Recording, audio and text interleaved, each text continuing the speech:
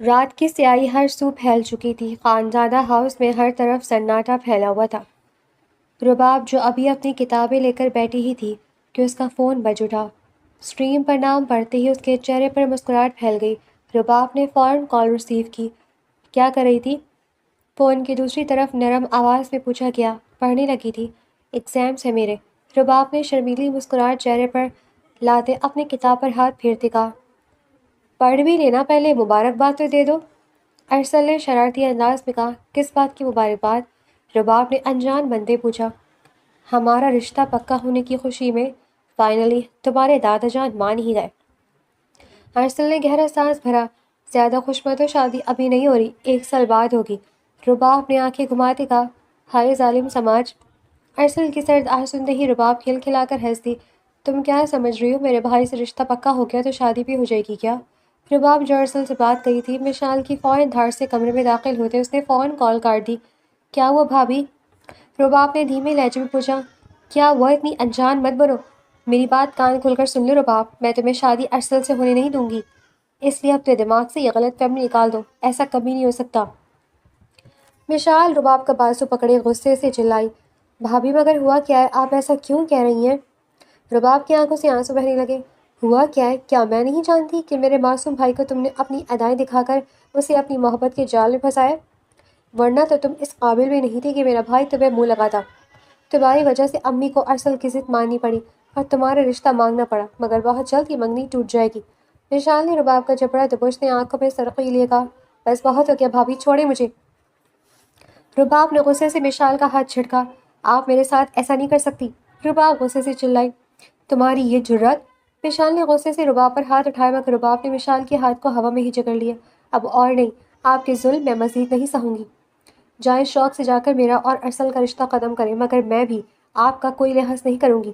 کل ہی میں دادا جان اور سہراب بھائی کو آپ کی اصلیت بتا دوں گی، آپ کا راز سب کے سامنے فاش کر دوں گی۔ میرا رشتہ ختم ہونے کے ساتھ ساتھ آپ کا بھی رشتہ 1 سیکنڈ میں اس گھر اور سہراب بھائی سے ختم ہو جائے گا، بلکہ سہراب بھائی خود آپ کا ہاتھ پکڑ کر آپ کو گھر سے نکالیں گے جب انہیں معلوم ہوگا کہ آپ نے ان کے اعتبار کا خون کیا ہے۔ اس لیے جو کچھ کریے گا سوچ سمجھ کر کیجیے گا۔ رباب چیلنجنگ انداز میں کہتی واش روم کی طرف بڑھنے لگی کہ مشال نے سفید پڑتے چہرے سے رباب کا بازو پکڑ کر اسے روکا۔ کون سی یاد کی بات کر رہی ہو؟ مشال نے اپنے لہجے کو نارمل رکھنے کی کوشش کی۔ وہی جو کل آپ اپنی امی کو بتا رہی تھی۔ رباب نے مشال کے کان کے قریب جھک کر کہا اور مسکراتے ہوئے واش روم کی طرف بڑھ گئی، جبکہ مشال کے قدم بری طرح لڑکھڑا گئے۔ اس کا چہرہ اس قدر سفید پڑ چکا تھا جیسے چہرے سے خون نچڑ چکا ہو۔ وہ کانپتے قدموں سے فوراً اپنے کمرے کی طرف بھاگی۔ میں آپ کا راز سب کے سامنے فاش کر دوں گی۔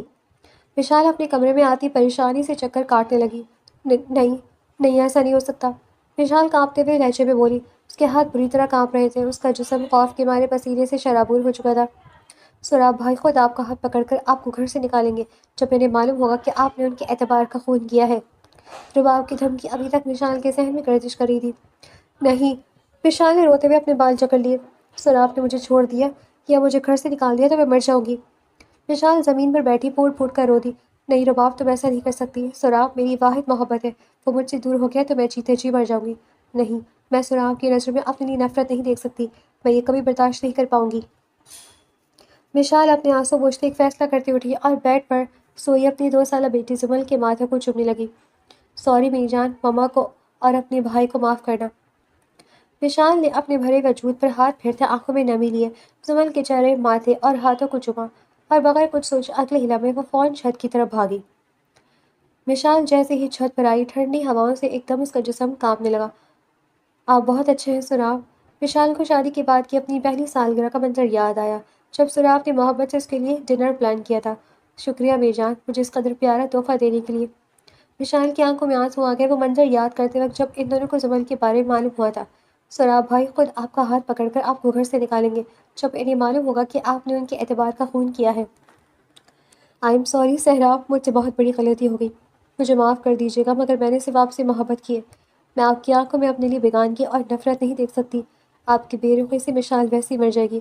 اس سے پہلے آپ مجھے اپنی زندگی سے نکالیں، میں آپ کی زندگی سے خود چلی جاتی ہوں۔ مشال نے آنکھیں بند کی اور اگلے لمحے چھت سے کود گئی۔ بی بی جی صاحب! پچھلی سائڈ پر کھڑا گارڈ جو ڈیوٹی دے رہا تھا فوراً بھاگتا ہوا آیا۔ مشال، یہ کیسے ہوا؟ گارڈ کے چلانے پر سہراب بھاگتا ہوا آیا۔ میں نے صرف آپ سے محبت کی ہے، میرال نے تکلیف سے کہا، اور اگلے لمحے وہ تکلیف سے بے ہوش ہو گئی۔ پورا فرش اس کے خون سے بھر چکا تھا۔ مشال آنکھیں کھولو، گاڑی نکالو جلدی۔ سہراب فوراً مشال کو اپنی باہوں میں اٹھاتا گاڑی کی طرف بھاگا اور تیزی سے گاڑی دوڑاتا ہسپتال کی طرف روانہ ہوا۔ ہسپتال کی سرد راہ داری میں سہراب خانزادہ پریشانی سے چکر کاٹ رہا تھا۔ میں نے صرف آپ سے محبت کی ہے۔ مشال کے بے ہوش ہونے سے پہلے کے الفاظ سہراب کے کان میں گونجے۔ آخر تمہیں اتنی رات کو چھت پر جانے کی کیا ضرورت تھی مشال؟ سہراب پریشانی سے ٹہلتا بولا۔ ہاسپٹل کے سرد ماحول میں اس کا دل گھبرا رہا تھا۔ 2 گھنٹے سے مشال کا آپریشن ہو رہا تھا مگر ڈاکٹرز نے ابھی تک کوئی تسلی بخش جواب نہیں دیا تھا۔ یا اللہ مشال اور میرے بچے کی حفاظت کرنا۔ سہراب نے دل ہی دل میں دعا کی۔ مسلسل انتظار کرنے کے بعد سہراب دیوار سے ٹیک لگائے کھڑا تھا کہ آپریشن تھیٹر کا دروازہ کھلا۔ ڈاکٹر کیسی ہے Mishal? I am sorry mister Sohrab, مگر ہم آپ کے بچے کو نہیں بچا سکے۔ آپ کی وائف کی حالت کافی نازک ہے، انہیں ہم نے انڈر آبزرویشن میں رکھا ہے، دعا کریں کہ انہیں ہوش آ جائے۔ ڈاکٹر کہتے آگے کی طرف بڑھ گئے جبکہ سہراب کی دنیا متزلزل ہو گئی۔ ایک طرف وہ اپنا بیٹا کھو چکا تھا اور دوسری طرف اس کی بیوی زندگی اور موت کی کشمکش میں تھی۔ سہراب کی آنکھوں سے آنسو بہہ نکلے۔ تبھی اسے دور فجر کی اذان سنائی دی۔ وہ فوراً مجلس کی طرف بڑھ گیا۔ رات کا آخری پہر تھا۔ رباب بی بی دروازہ کھولے۔ رباب جو پڑھائی کر کے اب سونے کے لیے لیٹنے لگی تھی، ملازمہ کی آواز پر فوراً اس نے دروازہ کھولا۔ کیا ہو گیا راشدہ بی؟ اتنی رات کو آپ یہاں نیند نہیں آ رہی تھی کیا؟ رباب نے دروازہ کھولتے فوراً پوچھا۔ بی بی جی مشال بی بی چھت سے گر رہی ہیں، ان کی حالت بہت زیادہ خراب ہے، سہراب خانزادہ انہیں ہسپتال لے کر گئے ہیں، ملازمہ نے ہانپتے ہوئے بتایا۔ کیا؟ رباب نے شاک کی حالت میں ملازمہ کو دیکھا۔ کیسے گری وہ؟ رباب نے کانپتے ہوئے لہجے میں پوچھا۔ جی پتہ نہیں، یہ تو آپ مشال بی بی جی بتا سکتی ہیں، اللہ کرے انہیں ہوش آ جائے۔ ملازمہ نے جھولی پھیلائے دعا کی۔ رباب کے ماتھے پر پسینے کے ننھے ننھے قطرے چمکنے لگے۔ دادا جان کہاں ہیں؟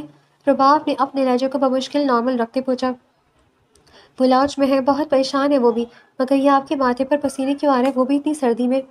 ملازمہ نے حیرانی سے رباب کو دیکھتے پوچھا۔ ایسا کچھ نہیں، میں دادا جان کے پاس جا رہی ہوں، آپ زمل کو دیکھ لیں ایک بار۔ رباب فوراً گھبراتی کچن سے باہر لاؤنج کی طرف بڑھی۔ رباب اپنے ماتھے سے پسینہ پوچھتی نیچے لاؤنج میں آئی جہاں دادا جان مسلسل کسی کو فون ملا رہے تھے۔ دادا جان مشال بھابھی کیسے گری؟ رباب نے دادا جان کے پاس بیٹھتے پریشانی سے پوچھا۔ معلوم نہیں بیٹا، میں اور سہراب میرے کمرے میں تھے کہ اچانک گارڈ کی آواز پر سہراب بھاگا اور وہ زمین پر خون و خون گری ہوئی ملی۔ دادا جان نے بتایا۔ اب کیسی طبیعت ہے؟ کیا ہوش آ گیا انہیں؟ رباب نے اپنے ہاتھ مسلتے پوچھا۔ یہی پوچھنے کے لیے تو کب سے میں سہراب کو فون کر رہا ہوں مگر وہ فون ہی نہیں اٹھا رہا۔ دادا جان پریشانی سے بولے۔ اچھا پریشان مت ہو، وہ بھی وہاں پریشان ہوں گے، آپ نماز پڑھ لیں، میں آپ کے لیے چائے بنا دیتی ہوں، صبح ہوتی ہم چلیں گے مشال بھابھی کے پاس۔ رباب نے دادا جان کو دیکھتے کہا۔ ٹھیک ہے زمل کہاں ہے؟ اسے دیکھ لو ایک بار، بیچاری ننھی سی جان کو معلوم ہی نہیں کہ ماں کس حال میں ہے۔ دادا جان زمل کے لیے پریشان ہوئے۔ میں نے بھیجا ہے راشدہ بی کو، آپ اپنے کمرے میں چلیں، میں چائے لے کر آئی۔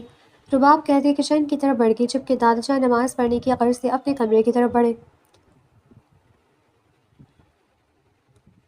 رباب بھاگتے ہوئے کچن میں آئی۔ اس کی چال میں لڑکھڑاہٹ واضح تھی۔ کچن میں اندھیرا تھا مگر اس نے لائٹ تک نہیں جلائی۔ نہیں، یہ کیا ہو گیا؟ رباب نے کانپتے ہاتھوں سے نل کھولا اور پانی کی چھینٹیں اپنے چہرے پر مارے۔ مشال بھابھی نے جھٹ سے چھلانگ لگا دی۔ تمہیں تو خوش ہونا چاہیے، یہی چاہتی تھی نا تم؟ رباب کی پرچھائی نے مسکراتے ہوئے کہا۔ نہیں، میں ایسا نہیں چاہتی تھی۔ رباب نے نفی میں سر ہلایا۔ تمہاری دھمکی کے خوف سے ڈر کر انہوں نے اپنی جان کی بھی پرواہ نہیں کی۔ کتنی خود غرض ہو تم، اپنی محبت کی خاطر تم نے ایک انسان کی جان لے لی۔ رباب کی پرچھائی نے اسے آئینہ دکھایا۔ نہیں، میں نے صرف دھمکی دی تھی تاکہ وہ ارسل اور میرا رشتہ ختم نہ کرے، مجھے نہیں معلوم تھا وہ اپنی جان دے دیں گی۔ رباب روتے بولی۔ تم ایک قاتل ہو، تم نے قتل کیا مشال بھابھی کا۔ نہیں، میں نے کچھ نہیں کیا۔ مشال چلاتی ہوئے اپنے کانوں پر ہاتھ رکھ گئی کہ تبھی کچن کی لائٹ آن ہوئی۔ رباب بی بی کیا ہوا؟ راشدہ بی نے کچن میں داخل ہوتے پوچھا۔ ان کے ہاتھ میں زمل تھی جو پوری طرح رو رہی تھی۔ رباب نے آنکھیں کھول کر جیسے ہی دیکھا اس کا عکس اب کہیں بھی نہیں تھا۔ کچھ بھی نہیں، میں دادا جان کے لیے چائے بنانے آئی تھی۔ رباب نے اپنے بالوں میں ہاتھ پھیرتے فوراً گھبراتے لہجے میں کہا۔ چائے میں بنا دیتی ہوں، آپ زمل بی بی کو سنبھالیں۔ رو رو کر ناک میں دم کر دیا۔ راشدہ بی نے کہتے زمل کو رباب کی طرف بڑھایا۔ ادھر آ جاؤ بیبی، کیا ہوا؟ رباب زمل کو گود میں لیے چپ کروانے لگی جبکہ اس کا دل ابھی بھی زور زور سے دھڑک رہا تھا۔ یا اللہ مشال کو صحت عطا کرے۔ ہماری بیٹی بہت چھوٹی ہے، اس کی خاطر مشال کو زندگی عطا کر دیں۔ سہراب گڑ گڑا کر دعا مانگ رہا تھا۔ تھوڑی دیر بعد وہ چہرے پر ہاتھ پھیرتا واپس ہسپتال میں آیا تو اس کی نظر یاسمین بیگم اور ارسل پر پڑی۔ آنٹی آپ یہاں، آپ کو کس نے بتایا؟ سہراب نے یاسمین بیگم کو دیکھتے پوچھا۔ میری بیٹی زندگی اور موت کی جنگ لڑ رہی ہے، مگر تم نے ہمیں بتانا بھی گوارا نہ کیا۔ تمہاری ملازمہ کو میں فون نہ کرتی تو مجھے تو معلوم ہی نہ ہوتا۔ یاسمین بیگم غصے سے بولی۔ امی سہراب بھائی پریشانی بتانا بھول گئے ہوں گے۔ ارسل نے یاسمین بیگم کو دیکھتے کہا، جس پر وہ غصے سے رخ پھیر گئی۔ بھائی کیسے ہوا یہ سب؟ آپ ہی کی یہ حالت؟ ارسل نے سہراب کے پاس آتے پوچھا۔ پتہ نہیں کیسے چھت سے گر گئی، بس دعا کرو کہ وہ ٹھیک ہو جائے۔ سہراب نے سر جھکائے کہا، کیا؟ چھت سے کیسے گری؟ یاسمین بیگم نے پریشانی سے پوچھا۔ امی پلیز خاموش ہو جائیں، آپ ان کی حالت نہیں دیکھ رہی۔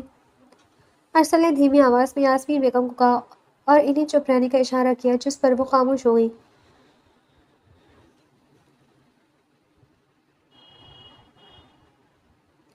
دسمبر کا مہینہ تھا، سورج کی ہلکی ہلکی کرنیں سردی کی تپش کو مدھم کر رہی تھیں۔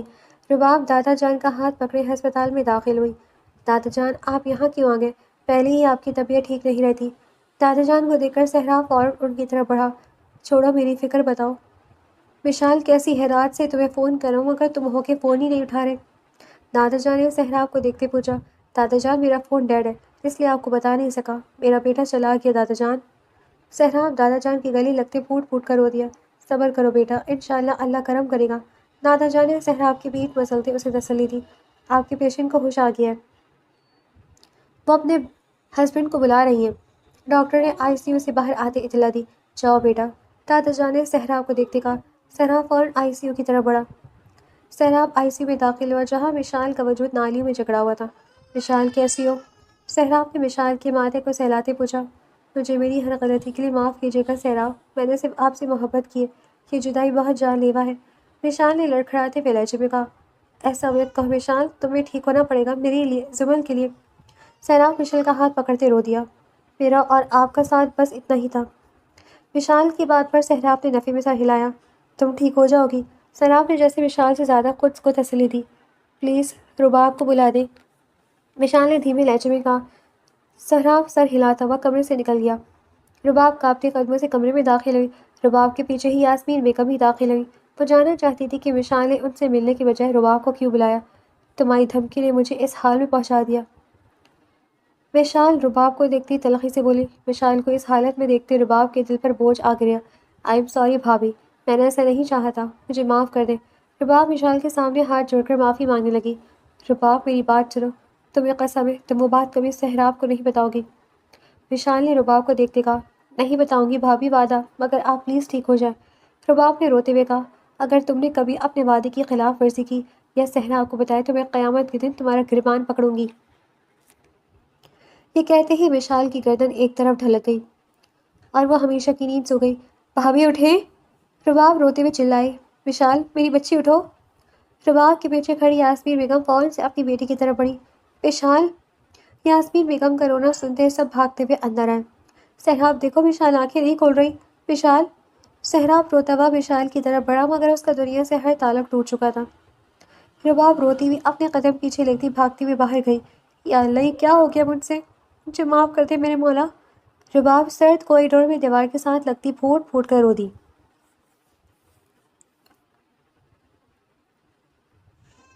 مشال کو دفنائے 2 دن ہو چکے تھے۔ دوپہر کا وقت تھا۔ دادا جان لاؤنج میں بیٹھے تسبیح پڑھ رہے تھے کہ سہراب لاؤنج میں داخل ہوا۔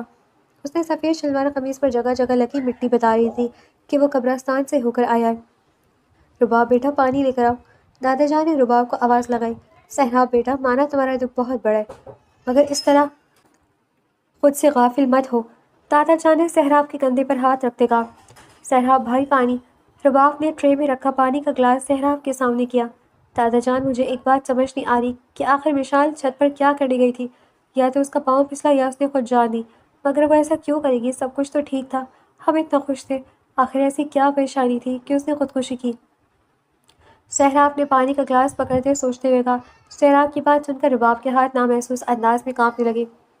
بیٹا یہ بات تو اللہ ہی جانے کہ آخر اس نے ایسا کیوں کیا، مگر پاؤں پھسلنے کا سوال پیدا نہیں ہوتا سہراب، کیونکہ چھت کی دیواریں اتنی چھوٹی بھی نہیں کہ پاؤں پھسلا جائے۔ یقیناً مشال نے خودکشی ہی کی ہے، اور اس کی وجہ تو مشال خود ہی بتا سکتی تھی، مگر اب وہ اس دنیا میں نہیں رہی۔ دادا جان نے افسوس سے کہا، بس ہم اب اس کی مغفرت کی دعا ہی کر سکتے ہیں۔ اللہ اس کی مغفرت فرمائے۔ دادا جان نے تسبیح میز پر رکھتے کہا، آمین۔ سہراب نے فوراً کہا، بیٹا تم سارا دن تھکے ہارے آئے ہو، کچھ دیر آرام کر لو۔ دادا جان نے سہراب کو دیکھتے کہا، جی دادا جان، مگر سمل کہاں ہے؟ سہراب نے رباب کو دیکھتے پوچھا، وہ میرے کمرے میں تھوڑی دیر پہلے ہی سوئی ہے۔ سہراب نے رباب کو دیکھتے پوچھا، وہ میرے کمرے میں ہے، تھوڑی دیر پہلے ہی سوئی ہے۔ رباب نے آنکھیں جھکائے کہا، وہ آنکھیں ملانے سے ڈر رہی تھی، اسے ڈر تھا کہ کہیں کوئی اس کی آنکھوں سے سچائی نہ پڑھ لے۔ ٹھیک ہے، میں اپنے کمرے میں جا رہا ہوں، جب وہ اٹھے تو اسے میرے پاس بھیج دینا۔ سہراب کہتا اپنے کمرے کی طرف بڑھ گیا۔ سہراب اپنے کمرے میں داخل ہوا تو اسے مشال کی خوشبو اپنے کمرے میں محسوس ہوئی۔ ڈریسنگ ٹیبل پر اس کی چوڑیاں رکھی ہوئی تھی، الماری میں اس کے کپڑے لٹکے ہوئے تھے، سائڈ ٹیبل پر اس کا فون رکھا ہوا تھا۔ ایسا لگ رہا تھا کہ ابھی وہ کہیں سے سامنے آ جائے گی، مگر یہ سب سچ نہیں تھا۔ مشال، بھلے ہی ہماری شادی ارینج تھی، مگر تم نے مجھے اپنی عادت ڈال دی تھی۔ تمہاری معصومیت میرے لیے تمہاری جنونی محبت، شام کو میرے آنے سے پہلے تمہارا سج سنور کر تیار رہنا، سب بہت پسند تھا مجھے۔ کیسے رہوں گا میں تمہارے بغیر؟ سہراب نے الماری سے اس کا جوڑا نکال کر اپنے سینے سے لگایا اور پھوٹ پھوٹ کر رو دیا۔ کافی دیر بعد وہ بیڈ پر آ کر بیٹھا۔ 2 دن سے نہ سونے کی وجہ سے اس کا سر پھٹ رہا تھا، مگر نیند کوئی سے دور تھی۔ سہراب نے سائڈ ٹیبل کی طرح سے سلیپنگ پل نکالی اور سائڈ ٹیبل پر رکھ کے پانی کے گلاس سے گولے نگل گیا۔ کچھ دیر بعد اس کی آنکھیں بھاری ہونے لگی اور وہ مشال کے جوڑے کو اپنے سینے سے لگائے نیند کی وادیوں میں کھو بیٹھا۔ بہروز خان زادہ، دادا جان کا ایک بیٹا تھا، شامیر خان زادہ، اور ایک بیٹی سلمیٰ خان زادہ۔ شامیر خان زادہ کی شادی ان کی پھوپھوزاد شمائلہ سے ہوئی تھی، جن سے ان کی 2 بیٹیاں ہوئیں، مگر وارث کے لیے انہوں نے اپنے چچا کی بیٹی زہرا بیگم سے شادی کی، جن سے سہراب خان زادہ پیدا ہوا۔ شامیر خان زادہ کی دوسری شادی سے دل برداشتہ ہو کر شمائلہ بیگم اپنی بیٹیوں کو لے کر اپنے بھائی کے پاس امریکہ چلی گئی اور کبھی پلٹ کر آنا دیکھا نہیں۔ سہراب کبھی اپنی بہنوں سے ملا تک نہیں تھا۔ شمائلہ بیگم کے ساتھ کی گئی زیادتی شامیر خان زادہ کے دل کو کچوکے لگاتی رہی اور وہ 10 سال پہلے ہارٹ اٹیک سے اپنی جان کی بازی ہار گئے۔ تب سہراب صرف 17 سال کا تھا۔ زہرا بیگم نے شامیر خان زادہ کے بغیر سہراب کو اکیلے پروان چڑھایا، مگر کچھ سال پہلے وہ ٹی بی کی بیماری سے سسکتے سسکتے اپنی جان دے گئی۔ رباب جتوئی بہروز خان زادہ کی اکلوتی بیٹی سلمیٰ خان زادہ کی بیٹی تھی۔ سلمیٰ خان زادہ کے شوہر کی وفات کے بعد اس کے سسرال والوں نے انہیں گھر سے نکال دیا اور وہ روتے ہوئے اپنے والد کے گھر آ گئی۔ انہوں نے اپنے شوہر کے بغیر اکیلے رباب کو پالا اور 2 سال پہلے جب رباب 20 سال کی تھی تب اس کی ماں دار فانی سے کوچ کر گئی۔ خانزادہ حویلی میں اب دادا جان، سہراب خان زادہ، رباب جتوئی اور ننھی زمل رہتے تھے۔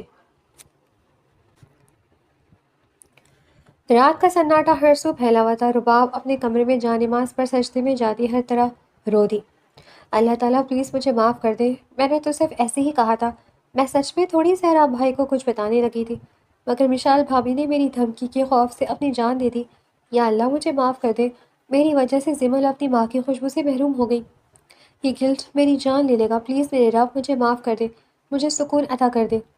رباب روتی ہوئی اپنی گناہوں کی معافی مانگ رہی تھی، اس بات سے بے خبر کہ دادا جان جو اسے چائے کا کہنے آئے تھے سب سن چکے تھے۔ دادا جان نے خاموشی سے دروازہ بند کیا اور واپس اپنے کمرے کی طرف بڑھ گئے۔ یہ تم نے کیا کیا رباب؟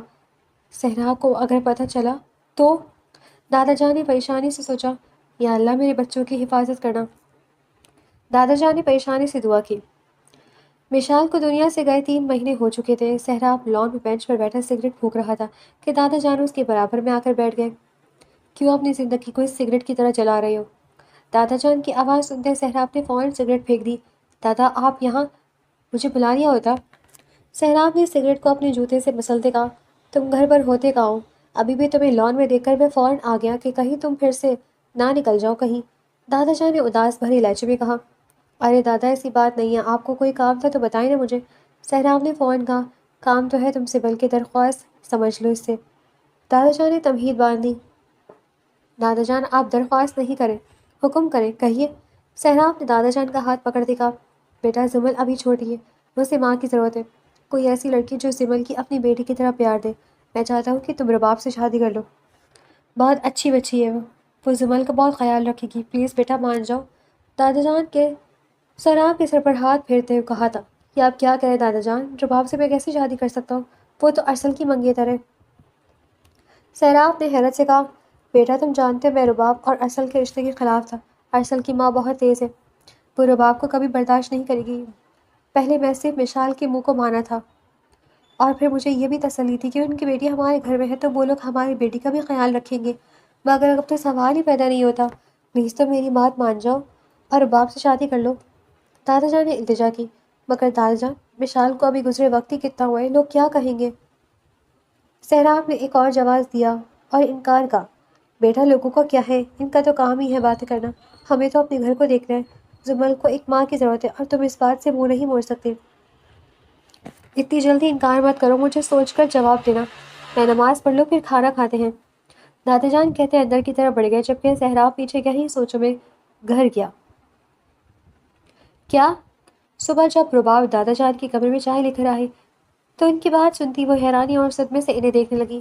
دادا جان آپ یہ کیا کہہ رہے ہیں؟ میرا تو ارسل سے رشتہ پکا ہے، میں سہراب بھائی سے کیسے شادی کر سکتی ہوں؟ رباب آنکھوں میں نمی لیے بولی، مجھے تمہارے لیے ارسل نہیں پسند اور میں نہیں چاہتا کہ تمہاری شادی وہاں ہو۔ دادا جان نے سخت لہجے میں کہا، دادا جان پلیز ایسے مت کہیں، آپ نے خود رشتے کے لیے حامی بھری تھی، اب آپ کیسے مکر سکتے ہیں؟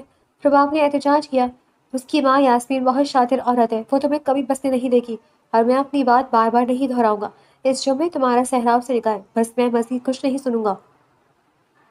دادا جان نے حتمی لہجے میں اپنا فیصلہ سنایا، دادا جان میں یہ شادی ہرگز نہیں کروں گی۔ رباب چلائی، بکواس بند کرو، اور تمہاری جرت کیسی مجھے اس کی اونچی آواز سے بات کرنے کی؟ جو تم نے کیا ہے نا، اب تمہاری ذمہ داری بنتی ہے کہ تم زمل کا خیال رکھو۔ وہ بچی تم سے کس قدر مانوس ہے، میں چاہتا ہوں تم پھپھو بن کر نہیں بلکہ ماں بن کر اس کا خیال رکھو۔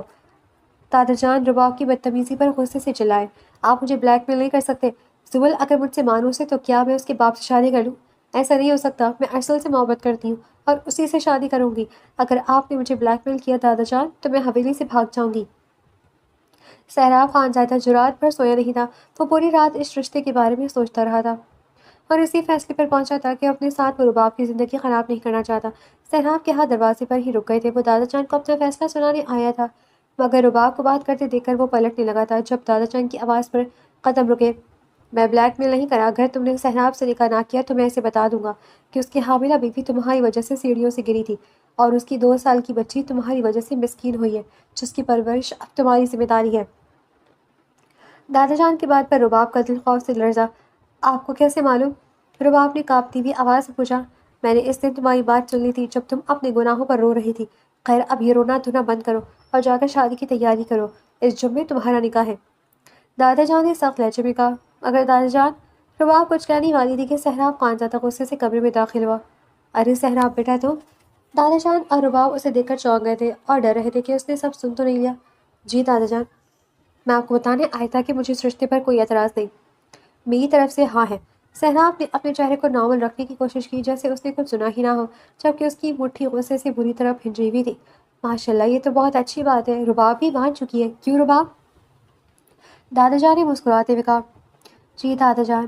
رباب نے دانت پیستے ہوئے کہا، وہ دادا جان کی آنکھوں میں چھپی تنبیہ اور دھمکی دیکھ چکی تھی۔ کیا مصیبت ہے؟ رباب کمرے میں آتی پھوٹ پھوٹ کر رو دی، میں ارسل کے علاوہ کسی اور سے شادی کیسے کر سکتی ہوں، اور وہ بھی سہراب لالا سے جو اتنے سخت ہیں۔ رباب پھوٹ پھوٹ کر اپنی قسمت پر رو رہی تھی کہ اس کا فون بج اٹھا۔ ہیلو؟ رباب نے ناک سکھیرتے فون اٹھایا۔ رباب تم رو رہی ہو کیا؟ ارسل نے اس کی زکام زدہ آواز سنتے پوچھا۔ ایسی کوئی بات نہیں، بس امی ابو یاد آ رہے تھے۔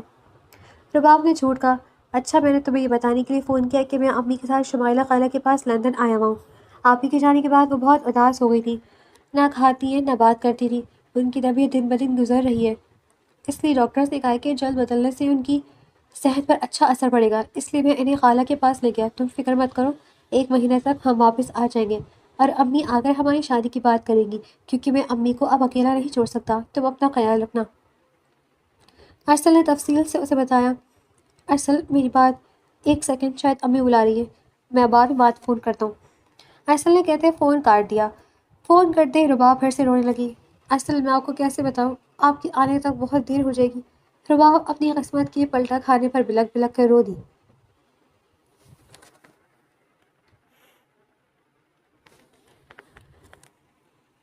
دیکھتے ہی دیکھتے جمعے کا دن آن پہنچا۔ رباب سرخ رنگ کا عروسی جوڑا پہنے، ہلکا سا میک اپ کیے ڈریسنگ ٹیبل کے سامنے بت بن کر بیٹھی ہوئی تھی۔ اس نے کتنی بار ارسل کو فون کیا تھا مگر اس دن کے بعد سے اس کا نمبر بند تھا۔ رباب ابھی تک اس امید کے ساتھ فون پکڑے بیٹھی تھی کہ شاید ارسل کا فون آ جائے، مگر اس کی امید دم توڑ گئی جب دادا جان کے کہنے پر اس کے کزنز اسے نیچے لاؤنج میں لے گئی۔ مولوی صاحب نکاح شروع کریں۔ رباب کے سہراب کے برابر میں بیٹھتے ہی دادا جان نے مولوی صاحب کو کہا، رداب جتوئی ولد عالم جتوئی، آپ کا نکاح سہراب خان زادہ ولد شاہمیر خان زادہ سے طے پایا ہے، کیا آپ کو قبول ہے؟ مولوی صاحب نے رباب سے پوچھا۔ پڑھ بھی لینا، پہلے مبارکباد تو دے دو ہمارے رشتہ پکا ہونے کی خوشی میں۔ فائنلی تمہارے دادا جان مان ہی گئے۔ ارسل کی کھنکتی آواز رباب کے کان میں گونجی، بہت جلد تم میری دلہن بن کر میرے گھر آ جاؤ گی۔ ارسل کی محبت بھری باتیں اسے یاد آتی، اس کی آنکھیں بھگو رہی تھی۔ بولو رباب، مولوی صاحب پوچھ رہے ہیں۔ دادا جان نے رباب کے سر پر ہاتھ رکھا۔ دادا جان کی آواز پر رباب ہوش میں آئی اور ارسل کی محبت کو اپنے دل کے کونے میں دفنا گئی۔ ہمارا ساتھ شاید قسمت میں ہی نہیں تھا، رباب نے دل میں سوچا۔ قبول ہے۔ رباب نے کانپتے لہجے میں سہراب خان زادوں کو اپنی زندگی میں داخل کر لیا۔ رباب سے 3 بار پوچھنے کے بعد مولوی صاحب سہراب خان زادہ کی طرف متوجہ ہوئے۔ سہراب خان زادہ ولد شاہمیر خان زادہ، آپ کا نکاح رباب جتوئی ولد عالم جتوئی سے طے پایا ہے، کیا آپ کو قبول ہے؟ مولوی صاحب نے سہراب سے پوچھا۔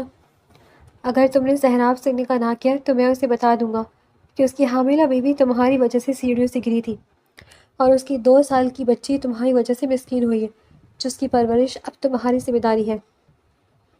دادا جان کے الفاظ سہراب کی کان میں گونجے، تم نے مجھ سے نکاح کر کے موت کو دعوت دی ہے رباب۔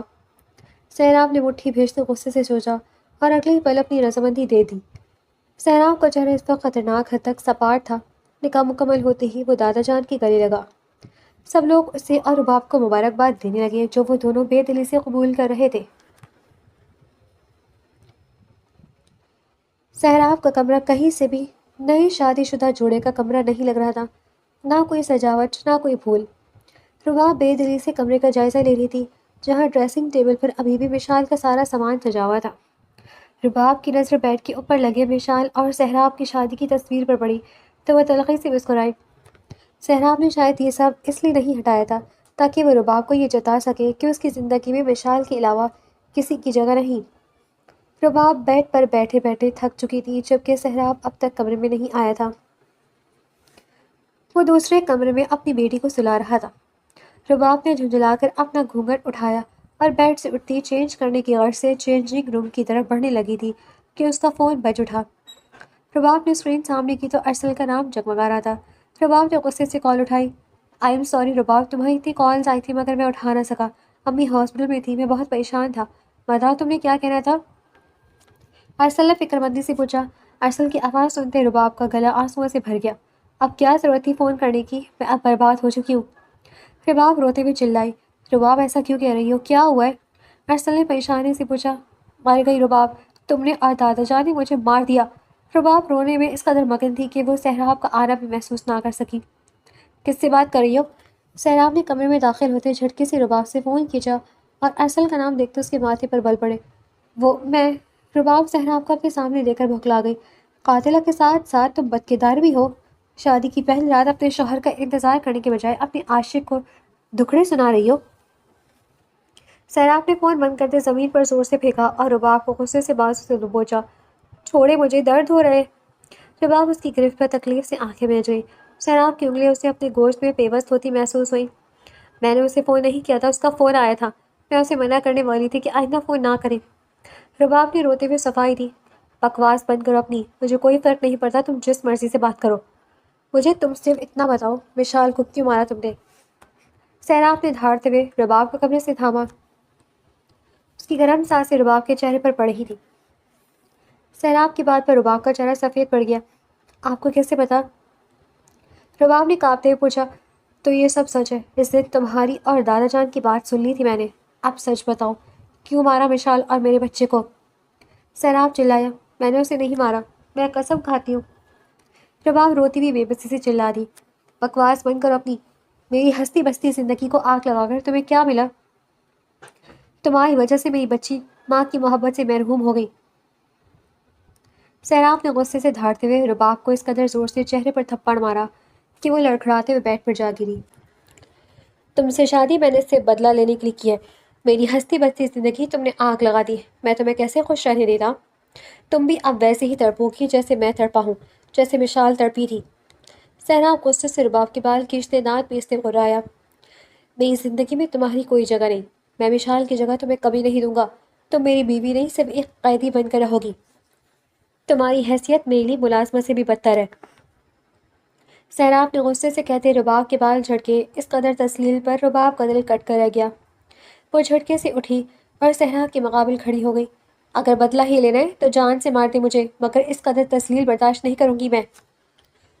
رباب غصے سے چلائی، اتنی آسانی سے تمہیں موت نہیں دوں گا۔ سیراب تنزیہ مسکرایا، تم بھی بالکل اسی طرح پل پل مرو گی جس طرح مشال مری تھی۔ سیراب نے رباب کو جھٹکے سے اپنے قریب کیا اور اس کے میک اپ سے سجے چہرے پر پھونک ماری۔ رباب نے ناگواری سے اپنا منہ پھیر لیا، زیادہ نخرے دکھانے کی ضرورت نہیں ہے۔ تم میرے لیے کوئی معنی نہیں رکھتی، اور یہ بات کبھی مت بھولنا، میں تمہیں کبھی بیوی کا درجہ نہیں دوں گا۔ سیراب نے غصے سے کہتے رباب کو جھٹک دیا، اب جاؤ کھڑی، میرا منہ کیا دیکھ رہی ہو؟ جا کر چینج کرو، میں تمہاری تعریف کے پل نہیں باندھنے لگا۔ سیراب نے سخت لہجے میں کہا۔ رباب اس کی بے رخی پر سر جھٹکتی اپنا لہنگا سنبھالتی الماری سے کپڑے نکالنے لگی۔ کیا کر رہی ہے تم؟ سیراب نے رباب کو الماری میں گھسے دیکھا تو غصے سے اس کی طرف آیا۔ کپڑے نکال رہی ہوں، اندھے ہو کیا؟ رباب غصے سے بولی۔ اس نے سوچ لیا تھا جب وہ اس کا لحاظ نہیں کر رہا تو وہ کیوں کرے؟ بکواس بند کرو، اور تمہاری ہمت کیسے ہوئی میری الماری میں اپنے کپڑے رکھنے کی؟ اپنے کپڑے اٹھاؤ اور یہیں رکھ لو، یہاں صرف مشال کے اور میرے کپڑے رہیں گے۔ سیراب خوار زادہ نے غصے سے کہتے رباب کے سارے کپڑے الماری سے نکالے اور زمین پر پھینک دیے۔ پاگل ہو گئے ہو؟ اتنے مہنگے کپڑے ہیں میرے، پیچھے ہٹو۔ رباب سیراب کو دھکا دیتی اپنے برانڈڈ کپڑے اٹھانے لگی۔ اپنے یہ مہنگے کپڑے کہیں اور رکھو، میری کبرٹ میں اس کی کوئی جگہ نہیں۔ سیراب نے غصے سے کہا اور بیڈ پر جا کر سکون سے لیٹ گیا۔ مجھے بھی کوئی شوق نہیں اس تھرڈ کلاس الماری میں اپنے کپڑے رکھنے کا، راشدہ بھی نے سیٹ کیے تھے، میں اپنے کمرے میں رکھاتی ہوں۔ رباب چلا کر کہتی اپنے کپڑے لیے اپنے پرانے کمرے کی طرف بڑھ گئی۔ تم نے مشال کو کیوں مارا یہ میں جان کر ہی رہوں گا۔ رباب چاہے تم جتنا مرضی چھپا لو۔ رباب کے نکلتے ہی سیراب صفاقی سے بولا اور اپنی آنکھوں پر بازو ٹکا گیا۔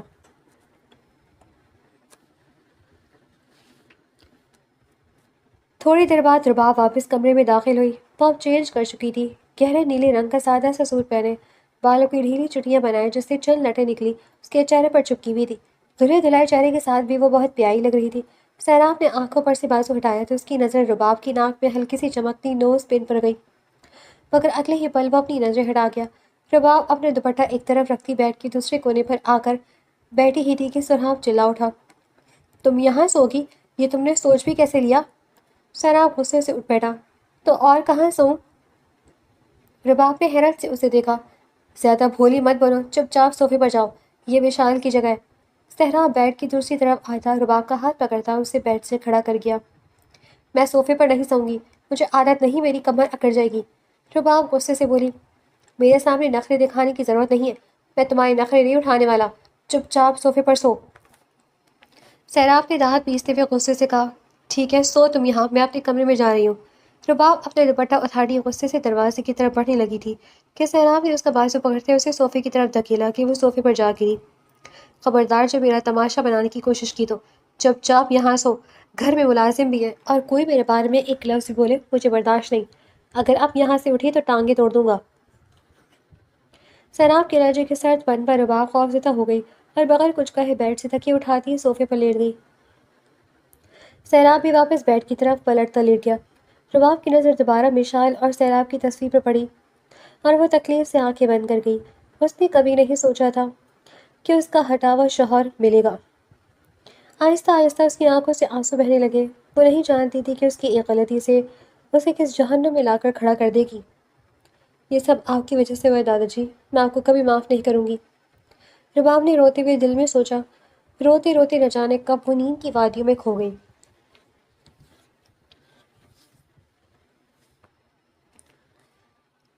سورج کی کرنیں کھڑکی سے چھن کر آتی رباب کے چہرے پر پڑی اس نے منہ بنا کر کروٹ بدلی مگر وہ یہ بھول گئی کہ وہ بیڈ پر نہیں صوفے پر سو رہی ہے۔ آ میری کمر! اگلے ہی پل وہ صوفے سے بری طرح زمین پر گر گئی اور اپنی کمر سہلانے لگی۔ سیراب جو گہری نیند سون رہا تھا، رباب کی چیخ اس کی آنکھ کھل گئی۔ کیا مسئلہ ہے؟ صبح صبح کیوں گلا پھاڑ رہی ہو؟ سیراب غصے سے چلایا۔ یہ سب آپ کی وجہ سے ہوا ہے۔ میں نے کہا تھا مجھے صوفے پر سونے کی عادت نہیں، اتنی بری طرح گری ہوں۔ رباب اپنی کمر سہلاتی غصے سے سیراب کو گھورتی کھڑی ہوئی۔ شکر کرو تمہیں صوفے پر جگہ دی، ورنہ تم تو زمین پر سونے کے قابل ہو۔ سیراب صفاقی سے کہتا بیڈ سے کھڑا ہو گیا۔ اتنا ظلم مت کریں، میں بے قصور ہوں، میں نے کچھ نہیں کیا، وشال بھابھی کے ساتھ۔ سیراب کی بے عزتی پر رباب کی آنکھیں نم ہو گئی۔ میرے سامنے جھوٹ بولنے کا کوئی فائدہ نہیں، کیونکہ میں تمہارا اصلی چہرہ جانتا ہوں۔ اب اپنی فضول بکواس بند کرو اور جا کر میرے لیے ناشتہ بناؤ، مجھے آفس کے لیے نکلنا ہے۔ سیراب الماری سے اپنے کپڑے نکالتا اسے حکم صادر کر گیا۔ ناشتہ؟ اور میں؟ آج میرا پہلا دن ہے، شادی کے بعد میں کوئی کام نہیں کرنے والی۔ ناشتہ راشتہ بھی بنائیں گی، ویسے بھی میری کمر میں بہت درد ہے۔ رباب کہتی واپس سے صوفے پر کشن گود میں رکھتی آرام سے بیٹھ گئی۔ شادی کی پہلی صبح کہ تو ایسی ہی رہو جیسے یہ ہماری محبت کی شادی ہو۔ رباب کی بات پر سہراب طنزیہ لہجے میں مسکراتا ہوا بولا، تو شادی ہے، ویسے بھی دادا جان مجھے کوئی کام کرنے نہیں دیں گے۔ رباب نے ایک ادا سے کہتے اپنے بال جھٹکے۔ کوئی بات نہیں، میں دادا جان کو کہہ دوں گا کہ مجھے اپنی نئی نویلی دلہن کے ہاتھ کا ناشتہ کرنا ہے۔ میں تیار ہو کر آؤں تو تم ناشتہ بنا چکی ہو، جاؤ فوراً کچن میں۔ سیراب کہتا واش روم کی طرف بڑھ گیا۔ میں بھی نہیں بناؤں گی ناشتہ، ایک طرف اس قدر ذلیل کر رہا ہے کل رات سے، اور دوسری طرف اس کی خدمتیں کروں میں، مجھے پاگل کتے نے کاٹا ہے۔ رباب غصے سے کہتی بیڈ پر بیٹھ گئی۔ دل کیا فون یوز کرے مگر پھر یاد آئے کہ رات کو بے دردی سے سیراب نے اس کا فون توڑ دیا۔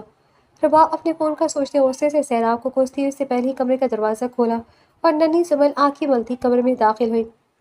بابا کہاں ہیں؟ زمل نے توتلی زبان میں پوچھا۔ وہ واش روم میں گڑیا، آپ آؤ ادھر آؤ میرے پاس۔ رباب نے زمل کو پیار سے اپنی گود میں بٹھایا۔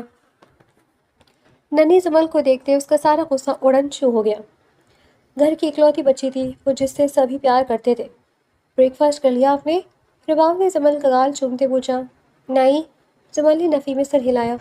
او ہو، میں ابھی آپ کی فیوریٹ پین کیکس بناتی ہوں، ٹھیک ہے؟ زمل میری ہیلپ کرے گی؟